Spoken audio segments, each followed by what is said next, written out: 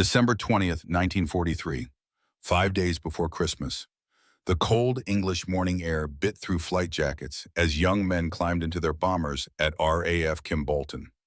Among them was a 21-year-old farm boy from Weston, West Virginia, named Charlie Brown. He told his crew he was 25 to sound more experienced, but this was his first mission as aircraft commander. His B-17 Flying Fortress had a cheerful name painted on her nose, Ye Olde Pub, almost like a joke, like they were just heading down to the local tavern for a pint instead of into the heart of Nazi Germany. The mission briefing that morning had been sobering. Nearly 500 heavy bombers would strike the Focke-Wulf aircraft factory in Bremen. The intelligence officers warned them to expect hundreds of German fighters. Bremen was protected by more than 250 anti-aircraft guns, manned by the best gunners in the German military. Charlie's crew drew the worst spot in the formation. They called it Purple Heart Corner, the edge of the formation where German fighters always attacked first, picking off the stragglers like wolves separating the weakest from the herd. Charlie looked at the faces of his crew that morning. Co-pilot Spencer Luke, everyone calling him Pinky. Navigator Al Sadak, they called him Doc. Bombardier Robert Andrews, Andy to his friends. The gunners, Frenchy Coulomb at the top turret, Dick Pichot on the radio, tail gunner Hugh Eckenrode, they called him Eki. The waist gunners, Lloyd Jennings and Alex Yelesenko, the Russian, and ball turret gunner Sam Blackford, 10 men whose lives were now in Charlie's hands. At 27,300 feet, the temperature outside was 60 degrees below zero, cold enough to freeze a man solid in minutes if the oxygen system failed. As they approached Bremen, the sky erupted. Black puffs of exploding flak shells surrounded them like angry thunderclouds. Charlie watched two shells punch through the plexiglass nose of Ye Olde Pub. The concussion knocked them sideways. Engine number 2 started smoking, coughing, then died completely. Engine 4 was running rough, threatening to tear itself apart. They had to throttle it back. The bomber started falling behind the formation. Then the fighters came, a dozen or more Messerschmitts and Focke-Wulfs, like sharks that smelled blood in the water. They attacked in waves, their cannons tearing into Ye Olde Pub. The number 3 engine took a hit, half power now. The oxygen system ruptured. The hydraulics failed. The electrical system was shot to pieces. Of their 11 defensive guns, only 3 still worked. The tail section looked like Swiss cheese. Charlie glanced back and saw Eki slumped over his guns. The young tail gunner from Pennsylvania wouldn't be going home. Several other crew members were wounded badly. Blood froze on metal in the sub-zero cold. The attacks kept coming. Charlie did the only thing he could. Each time fighters approached, he turned straight into them, bringing his few working guns to bear, trying to disrupt their aim. It was like facing down a freight train with a pocket knife. With the oxygen system destroyed, Charlie started to lose consciousness. The plane rolled inverted during a steep turn. When Charlie came to, somehow, miraculously, Ye Olde Pub was flying level at only 1,000 feet above the ground. They had fallen 5 miles through the sky, but they were alive. Barely. Franz Stiglers was 28 years old that December morning. Born in Bavaria, the son of a World War I pilot, he'd been flying since he was 12 years old. Started with gliders, his father helped the local boys build from scrap metal and blueprints. Before the conflict, Franz had been a Lufthansa airline pilot, ferrying passengers across Europe in peacetime. Now he flew a Messerschmitt Bf 109, painted black for night fighting, for Jagdgeschwader 27. Franz had been in combat since North Africa. He'd seen the desert campaigns under Rommel. He'd flown over the Mediterranean. Now he was defending the homeland against the endless waves of American and British bombers that turned German cities to rubble. He'd watched Hamburg burn. He'd seen Bremen reduced to ruins. The bombers kept coming, day after day, night after night. By December 20th, Franz had 27 confirmed victories. In the Luftwaffe's strange accounting system, fighters were worth 1 point, but bombers were worth 3.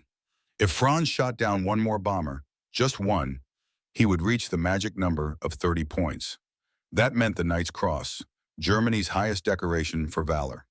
It was every fighter pilot's dream. More than just a piece of metal and ribbon, it meant recognition. It meant honor. It meant you'd done your duty. That morning, Franz had already shot down 2 B-17s. The metal was within his grasp, just one more.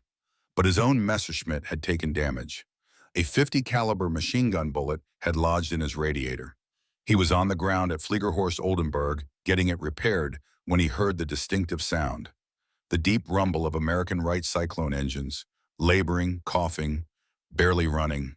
He looked up and saw a B-17 flying low over the airfield, just barely clearing the trees.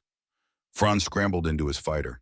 His crew was still working on the radiator, but there was no time. He fired up the engine and took off in pursuit. His trained eye quickly assessed the situation as he closed on the bomber. This wasn't going to be a fight. This bomber was already beaten. As he pulled alongside Ye Olde Pub, Franz couldn't believe what he was seeing. It was the most heavily damaged aircraft he'd ever seen that was still flying. The entire nose was blown out, just a skeleton of metal framework where the bombardier station should be. He could see right through it. The tail section was shredded, the rudder hanging by threads. There was a massive hole in the side of the fuselage, big enough to climb through. Through that hole, Franz could see the crew inside, men covered in blood, trying to help their wounded comrades. The tail gunner was clearly dead, slumped over his weapons. In the waist, gunners were frantically giving first aid. One man, Frenchy Coulomb, in the top turret, was just staring at Franz, waiting for the end. Franz moved his Messerschmitt in closer. All he had to do was pull the trigger. 30 seconds of gunfire, and it would be over. The Knight's Cross would be his. But as he looked at the dying bomber and its crew, Franz heard a voice from the past. His squadron commander from Africa, Gustav Rodel. A man Franz respected more than anyone in the Luftwaffe. Rodel had pulled him aside once and said something Franz never forgot. "You are fighter pilots, first, last, always. If I ever hear of any of you shooting at someone in a parachute, I will shoot you myself. You fight by the rules to keep your humanity." Franz looked at the shot-up bomber limping through the sky. He later said, "To me, it was just like they were in a parachute. I saw them and I couldn't shoot them down. This wasn't combat anymore. This was an execution." And Franz Stigler was not an executioner. Charlie Brown couldn't believe his eyes. When he looked out his cockpit window, there was a German fighter flying in formation with him. Not attacking, just there, wingtip to wingtip. Charlie closed his eyes, shook his head like trying to wake from a nightmare. When he opened them again, the Messerschmitt was still there. His co-pilot Pinky Luke whispered, "My God, this is a nightmare." Franz tried to communicate with hand signals. He pointed down repeatedly, miming a landing. "Land at a German airfield," he was trying to say. "Surrender, your wounded need medical attention. You'll never make it to England." But Charlie didn't understand. Or maybe he understood perfectly and refused. Call it courage, call it stubbornness, call it foolishness. Charlie had no intention of landing in Germany, not while his plane still had fuel and a prayer. Franz tried another approach. He pointed to the north. Sweden, neutral territory, just a short flight.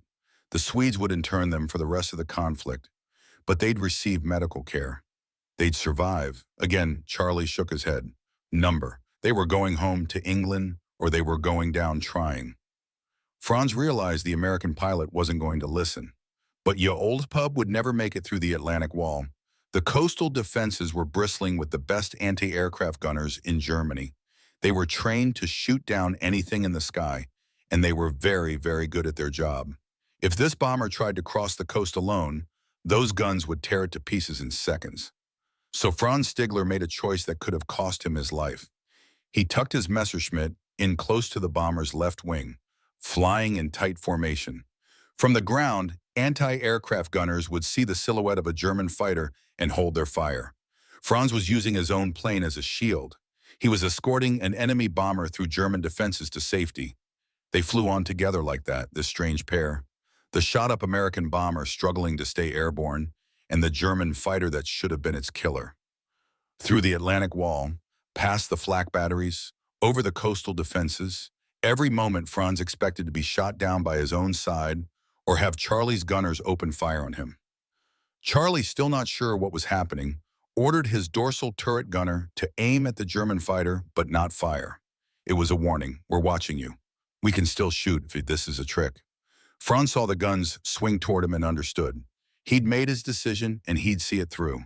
Finally, they reached open water. The cold North Sea stretched out before them, 250 miles to England, an impossible distance for a crippled bomber, but at least they were out of German airspace. Franz pulled his Messerschmitt away slightly.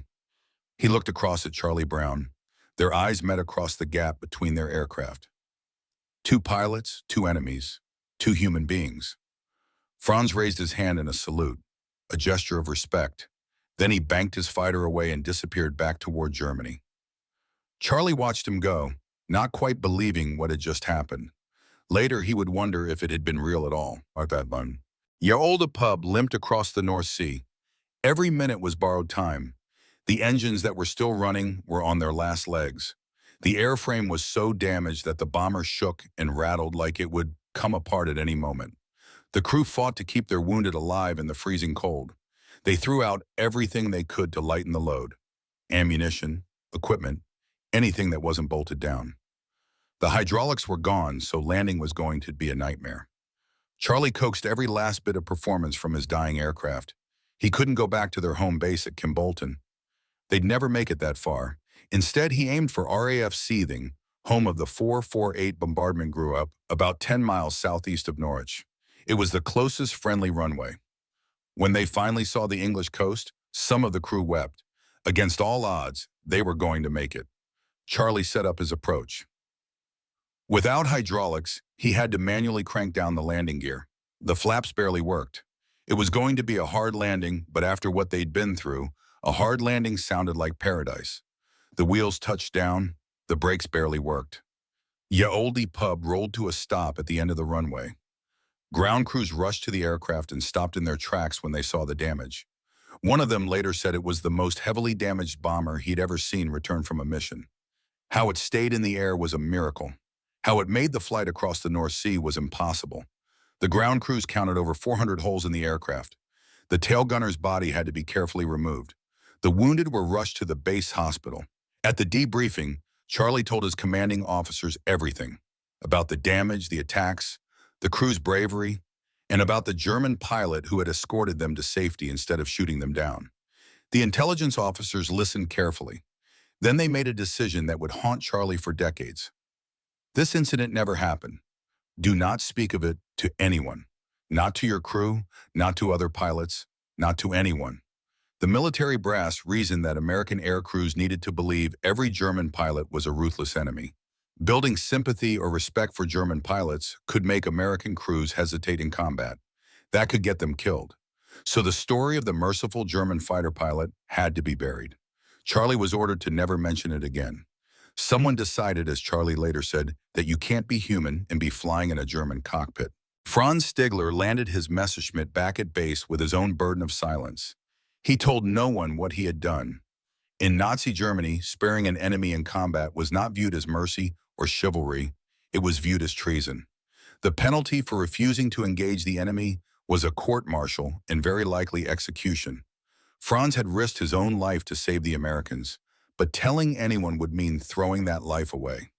He thought about the Knight's Cross he could have earned. All he'd had to do was pull the trigger. 30 seconds and the medal would have been his. Instead, he carried a secret that could get him killed. Franz continued flying combat missions. Eventually, he transitioned to the Messerschmitt Me-262, the world's first operational jet fighter, with the elite Jagerverband 44 in the final desperate days of the conflict. He survived the devastation, having flown 487 combat missions and been shot down or crash-landed 17 times himself. In 1953, Franz left Germany behind and moved to Canada, settling in Vancouver. He became a successful businessman. He married, had a daughter, and built a new life. But he never forgot that cold December day in 1943. Charlie Brown went on to complete his combat tour. He survived the experience and returned home to West Virginia after the conflict ended. He went to college, got an education. In 1949, he rejoined the Air Force and served until 1965, retiring as a lieutenant colonel. He then worked for the State Department as a force service officer, making numerous trips to Vietnam and Laos during another conflict. In 1972, Charlie retired from government service completely and moved to Miami, Florida to become an inventor. But like Franz, Charlie never forgot. He was haunted by that strange encounter. The German pilot who should have killed him but didn't, who escorted him to safety instead, who saluted him before flying away. Sometimes Charlie wondered if it had really happened at all. His memories of that day were hazy, clouded by pain, exhaustion, cold, and the terror of combat. Maybe he'd imagined the whole thing. Maybe his oxygen-starved brain had conjured a hallucination in the sky. But it felt real. It had to be real. For 40 years, both men carried their secrets. Franz in Canada, Charlie in Miami. They were living less than 200 miles apart, in the Pacific Northwest and never knowing it. Franz in Vancouver, British Columbia. Charlie in Seattle, Washington. So close, yet a world apart. In 1986, 43 years after that December day, Charlie Brown was invited to speak at a combat pilot reunion called Gathering of the Eagles at Maxwell Air Force Base in Alabama. Someone in the audience asked him if he'd had any particularly memorable missions during his time in combat. Charlie hesitated. He'd been ordered never to speak of it. But it had been 4 decades. The individuals who'd given him that order were long gone. The military concerns that led to the cover-up no longer mattered. So for the first time since 1943, Charlie Brown told the story of the German fighter pilot who had saved his life. The response was stronger than he expected. Some people were moved to tears. Others questioned whether it had really happened. A few suggested maybe Charlie was misremembering, or that his injuries and stress had caused him to imagine things. These doubts bothered Charlie. He decided he had to know the truth. He had to find that German pilot, if he was even still alive. Charlie started a search that would last 4 years. He contacted the Air Force, trying to find records of the incident. Nothing. He reached out to West German aviation authorities. Dead ends. He searched through files and archives, looking for any documentation of a German fighter escorting an American bomber on December 20th, 1943. There was nothing. Of course there wasn't. Franz had never reported it. The incident officially never happened. Charlie was running out of options. Then he had an idea. There were newsletters for former combat pilots, both American and German. Small publications where old airmen shared their stories and reconnected with comrades from the conflict. Charlie wrote a letter describing the incident in as much detail as he could remember. The date, the location, the damage to his aircraft, the German fighter flying in formation with him.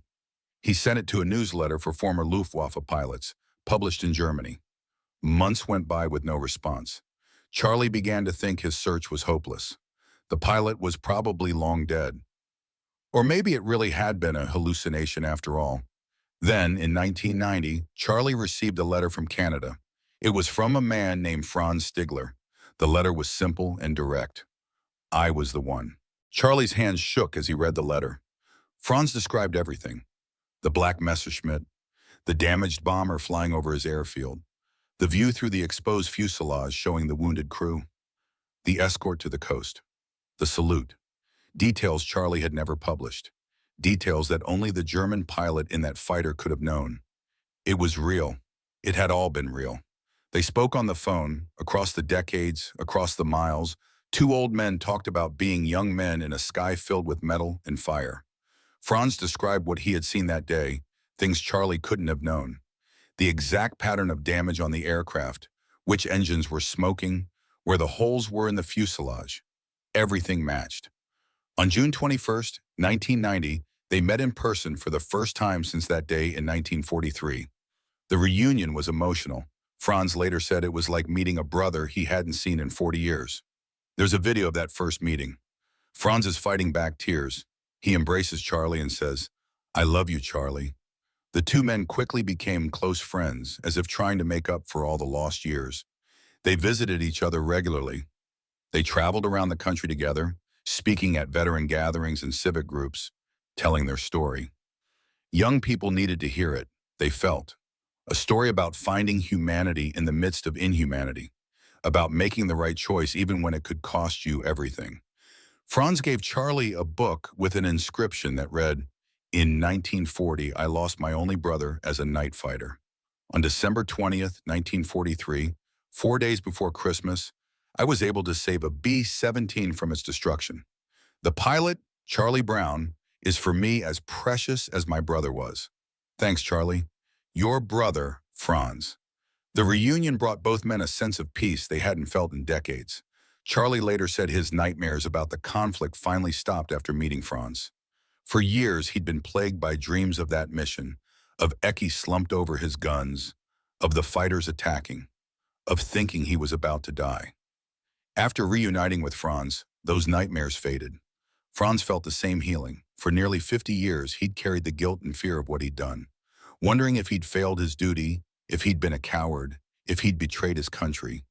Meeting Charlie and seeing the lives that had been saved, including the children and grandchildren of his crew members, who existed because of Franz's decision, gave him peace. In 2008, the United States Air Force finally completed an official investigation of the incident. Charlie Brown was awarded the Air Force Cross, the nation's second highest decoration for valor. Each member of his crew was posthumously awarded the Silver Star. The military had finally acknowledged what had happened that day over Germany. Later that same year, Franz Stigler passed away in March at the age of 92. 8 months later, in November, Charlie Brown followed him at the age of 86. Two pilots who'd met as enemies in 1943 became brothers in 1990 and left this world in 2008 within months of each other.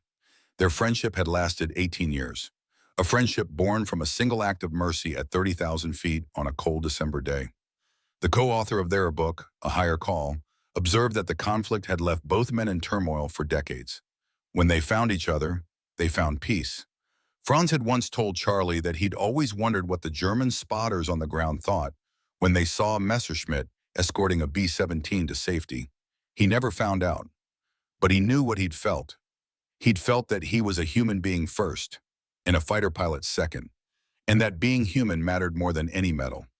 Charlie used to say that on December 20th, 1943, he saw something that restored his faith in humanity.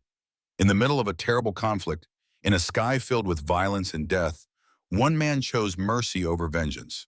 One man risked everything to do the right thing, not because anyone was watching, not because he'd be rewarded, but because his conscience demanded it.